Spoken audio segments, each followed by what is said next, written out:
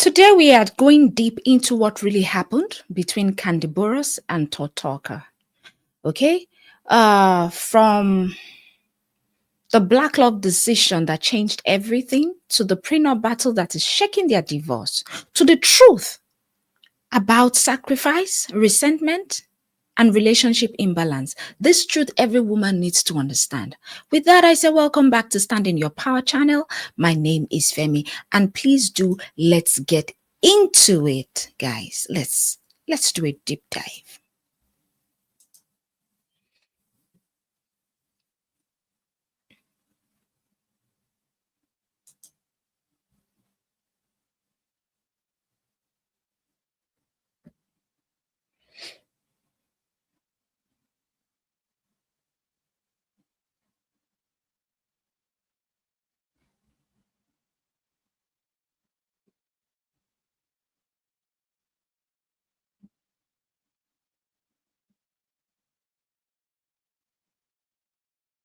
So, guys, before the prenup, before the argument, before the divorce, before all the headlines, there was a pivotal moment.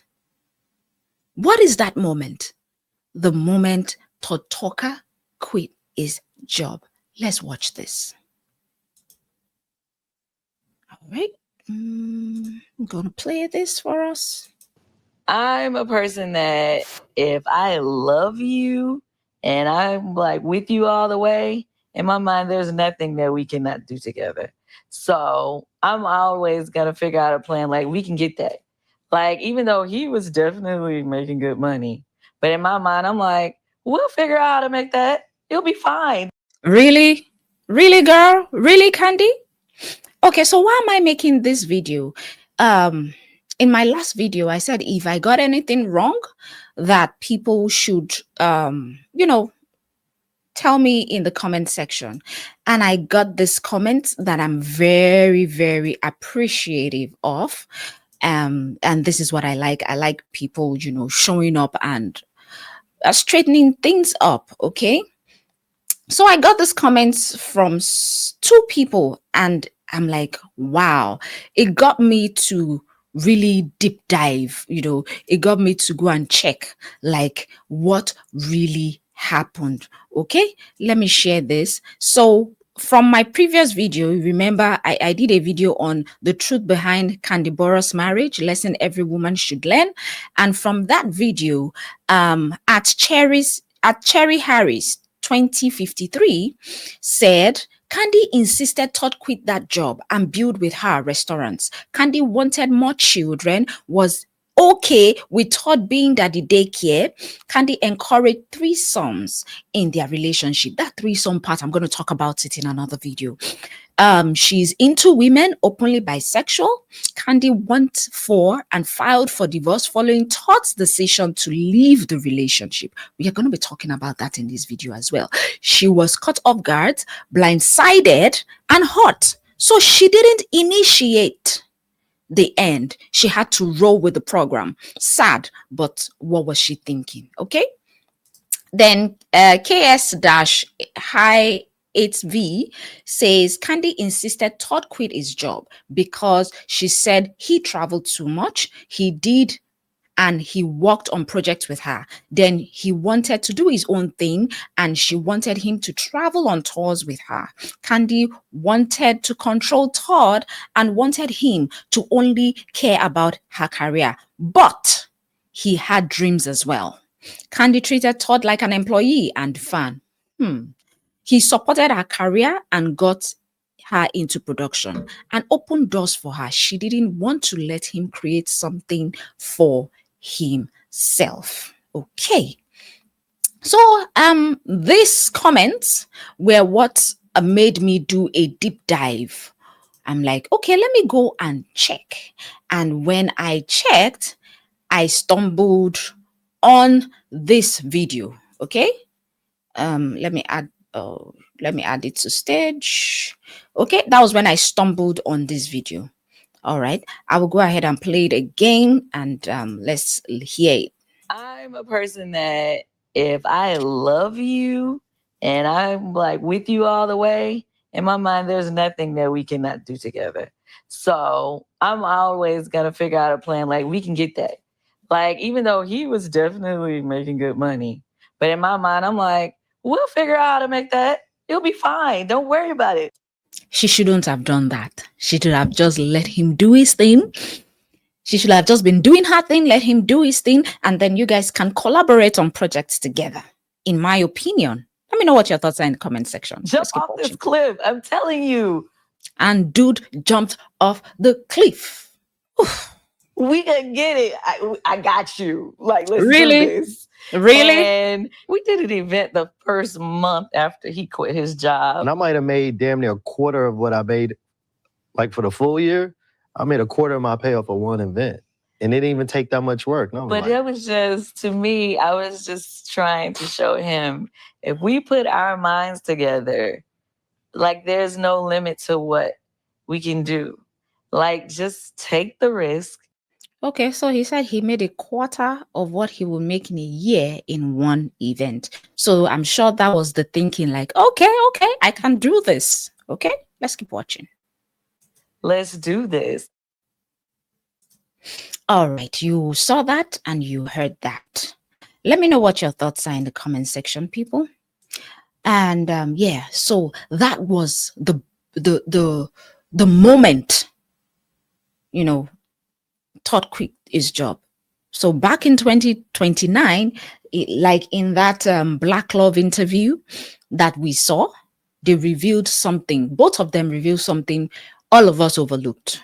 You heard Todd said, I quit my job and my income dropped drastically. I made a quarter of what I normally made. But what I heard in that video, though, was that he felt it was lucrative. Okay, I think he said he made a quarter of what he would normally make in a year in one event. So looking at it, that made him say, okay, let me jump the cliff. Okay. But Kandi framed it as love. He framed it as, yeah, it was good. I will sacrifice for this. And we, the audience, we framed it as, relationship goals. But the real life is not a montage. Real life will it will keep receipts. Now, in my opinion, that moment planted 3 seeds. 1, dependency. It planted a seed of dependency because we see here that Todd became financially tied to Kandi's world. It planted a seed of resentment. Why am I saying so? I'm saying so because love cannot always outshine the loss of identity. Todd lost his identity and that led to resentment. Okay? Whether he liked it or not. Okay? Another seed that was planted here was the seed of power imbalance. Okay? There was already power imbalance in this relationship. He who pays the bills would control the narrative, will make the rules. It's the owner of the money will make the rules. And when you build a marriage on top of imbalance, that imbalance will eventually shake the foundation, no matter how much love you have for one another. Now, let's move on to the prenup. The prenup is where love meets legality. And that can be very shaky and very, very risky. Love and legality. Before marriage, we see that Kandi insisted Todd sign a strict prenuptial agreement. And reports show that he signed it, according to reports, that he signed it under pressure. But there are videos of him signing it, okay? And we hear that he signed it without his lawyer present or without his lawyer's consent. Okay? So at the time, Todd said, it's fine. I love her. He could have genuinely loved her. But the truth is, love cannot erase the psychological reality of unequal bargaining power. Love will never erase that. So let's go back to let's come here to 2025. Now Todd is challenging the prenup. And what are his arguments? Oh, I signed it under duress. I made major sacrifices for this marriage. But if we go back to the video, you felt that you were going to make enough money, and that was why you went ahead. Okay? Now, from a legal standpoint, I'm not a lawyer. I don't know anything about law, but I'm talking from small experience that I have with divorce. Okay? The court would look at the prenups, check if it was done voluntarily. Okay? They would check if there was an independent counsel present. They will also check if there was pressure to sign the prenup. I heard in some videos that I watched that the prenup actually costs, some craziness behind the scene between them. Okay, so there must have been pressure. Okay, did life circumstances later make the agreement grossly unfair? In my opinion, yes. When you add the fact that he quit his job for her factor, this man suddenly looks less like a gold digger. But looking at it again, he looks like a gold digger because he saw that, okay, if I quit my job and I join her, she, I could make more money. So it's looking like that. But then if they say, oh, he decided to leave his job, he said he left his job because he loves her, it will make him look less like a gold digger and more like a man who may have compromised too much. Now, let's go into a little bit of, small legal analysis. Like I said, I'm not a lawyer, but when does sacrifice become leverage? Now, courts view cases like this. If you're a lawyer watching me, let me know if I'm wrong or I'm right. I mean, I'm not too big to be corrected. Across the US, especially in equitable, states, distribution states, non-financial contributions matter. And these non-financial contributions include homemaking, they include your emotional labor, they include you supporting the other spouse's career, they include you leaving a job for the marriage. It includes sacrificing your career growth. Legal cases like Macklin and Johnson show that even if a spouse didn't pay for a home, courts can assign them a share because of their sacrifices, because of what they have contributed to the household. Now, with that, I say that prenups are not bulletproof. Okay, they can be challenged in the court of law if one of the parties felt pressured, like he is claiming. If there was no independent lawyer present, if the agreement is later deemed unfair, or if there was financial sacrifice or dependency. Okay? Let's look at some, high asset divorce patterns. Okay? Even when the earning spouse made millions, the supportive spouse often walks away with 1, spousal support, 2, a portion of marital asset, and some rights to increase business value during the marriage. Why does this happen? It happens because marriage is not just financial. Marriage is labor. Marriage is time. Marriage is sacrifices. And marriage is opportunity costs. Okay?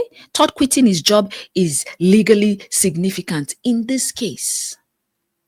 And him leaving his job would show to the court's reliance. It will show to the court's sacrifice. It will show to the court's financial vulnerability.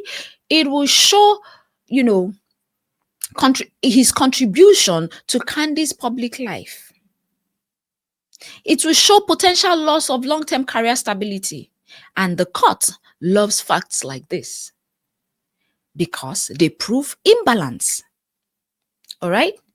So, what's the power dynamics here? Who held the crown? Obviously, Kandi held the crown. Let's talk about psychology. Every relationship has 3 currencies. 1, power. 2, sacrifice. And 3, security. In Kandi and Todd's dynamic, Kandi was the breadwinner. She had the fame. She had the asset. So what are we talking about? She dictated the prenup and she had the career momentum. But Todd, he wanted to feel needed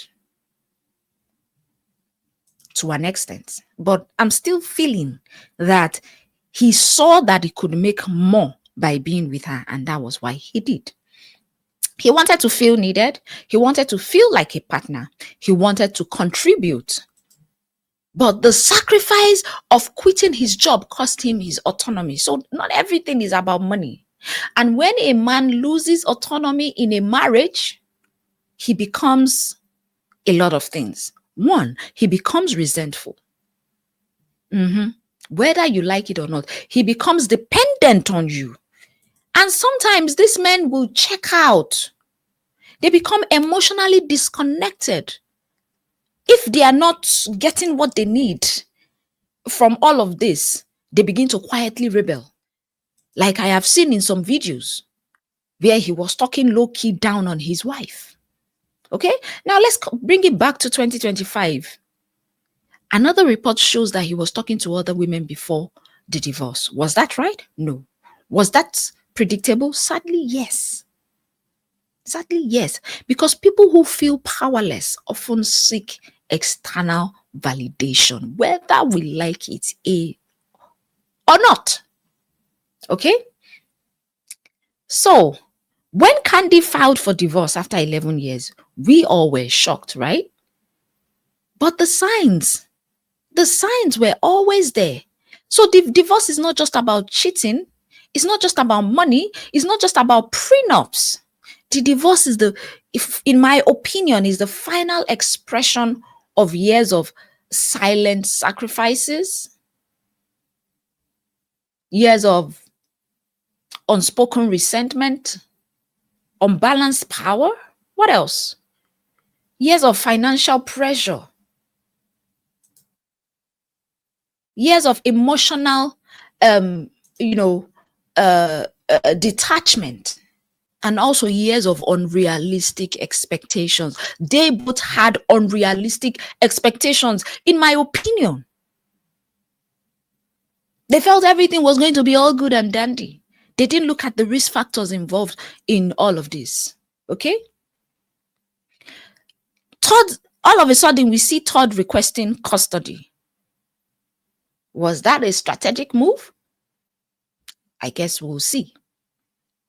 Now, him challenging the prenup, was that also a calculated move? We will see. Now, his narrative of sacrificial, or his narrative of sacrifice, that is legally powerful. Now, Kandi's narrative of carrying emotional and financial load, that also is emotional, is emotionally powerful, in my own opinion. In my opinion, this is not a messy breakup. This is a case study on love, law, and lessons. Now, what can we learn from this? What can women learn from this? Sis, come closer. Let me talk to you directly now. Women, especially strong, successful women, you need to take note. A relationship built on uneven sacrifice, whether the uneven sacrifice is on your side or on his side, it would eventually collapse. It will always eventually collapse. And do not let guilt make you accept any form of imbalanced terms, even financial guilt. And I need you to understand that if a man sacrifices too much of himself for you, he will resent you, whether you like it or not. And you also need to know that a prenup does not protect your peace. As women, you need to know, being the breadwinner does not mean you must be his mother. He's a grown man. Let him stand on his own 2 feet. Stop carrying the marriage alone. You will break. Kandi became his mother, and that is why he becomes resentful. When you try to make people better, when you try to be like their financial core, Men will resent you. And guess what? They will go ahead and look for someone that will make them feel needed in the long run. I need you all to also not ignore the emotional instability that is marked as ambition in your partner. Okay? There are so many lessons. We will also look at that. But I want at this point the brothers to pull their chair and come forward. As a man, never lose your identity for a relationship. Even as a woman, nobody needs to lose their identity for a relationship. Love does not require you losing yourself. And always understand that whatever sacrifice you are making must be balanced, and it must be sustainable. That your own sacrifice was not sustainable. And you depending on your wife is not love. Oh. Dependency is bondage. For me, I would always advocate for wife, have your own. Have your own career. Man, have your own whatever business or whatever you're doing or your career. If you guys want to collaborate, collaborate. Just the way it is for financial, that's the way it should be for career growth as well. Because when you depend on one person, you become suffocated. It becomes bondage. You cannot do anything without permission. And then you begin to feel powerless. So your powerlessness, instead of you communicating your powerlessness, you went ahead and cheated. So for men, if you feel powerless in your relationship, please do communicate. Communicate respectfully. Then leave the marriage, and then you can go ahead. Dissolve the marriage. You can do a divorce, and then you can go ahead and date someone else. And men, if you are dating a woman that has more money than you, you need to understand that she's not your employer. I still fault Todd in all of this. Honestly speaking, I still fault him. He could have backed out and said, no, I'm not signing any prenup. Or he could have said, even though I've signed prenup, I'm going. In fact, you signing the prenup alone is enough grounds for you to say, I am not going to leave my job. I'm not going to leave my job. I am going to do my own thing because you have signed a prenup. So have your own thing. That is your security. That is your go back to. Your partner is not your employee. And a prenup doesn't mean that you are disposable. It only means that you need to protect yourself. You need to protect yourself. Whether you're a man or you're a woman. Signing a prenup means, protect yourself. Oh. You must have a cover. So what does Kandi and Todd divorce really teach us? Number one, it teaches us that love without balance becomes a burden. It teaches us that sacrifice without reciprocity becomes resentment. It teaches us that marriage without communication becomes warfare. It also teaches us that a prenup without fairness becomes a weapon. It tells us that dependency would kill your desire for one another, and that no matter how powerful, how talented, how celebrated or wealthy you are, you cannot build a healthy home on top of emotional imbalance.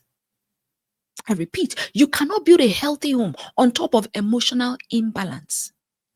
For me, doing too much business together as married couple is a red flag.